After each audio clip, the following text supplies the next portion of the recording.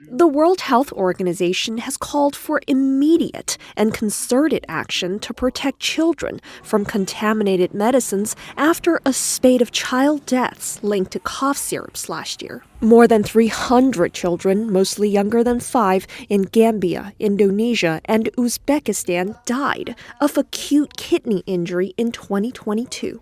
These deaths were linked to contaminated medicines, the WHO said on Monday. These over-the-counter cough syrups had high levels of chemicals that the WHO said, quote, can be fatal even taken in small amounts and should never be found in medicines. In addition to the countries above, the WHO said that the Philippines, Timor-Leste, Senegal, and Cambodia could be impacted because they may have the medicines on sale too. It called for actions across its 194 member states to prevent more deaths. The companies involved have either denied their products were contaminated or declined to comment, while investigations are ongoing. The WHO also called for more oversight from governments and regulators, and for drug manufacturers to test their products more thoroughly and keep records of the process.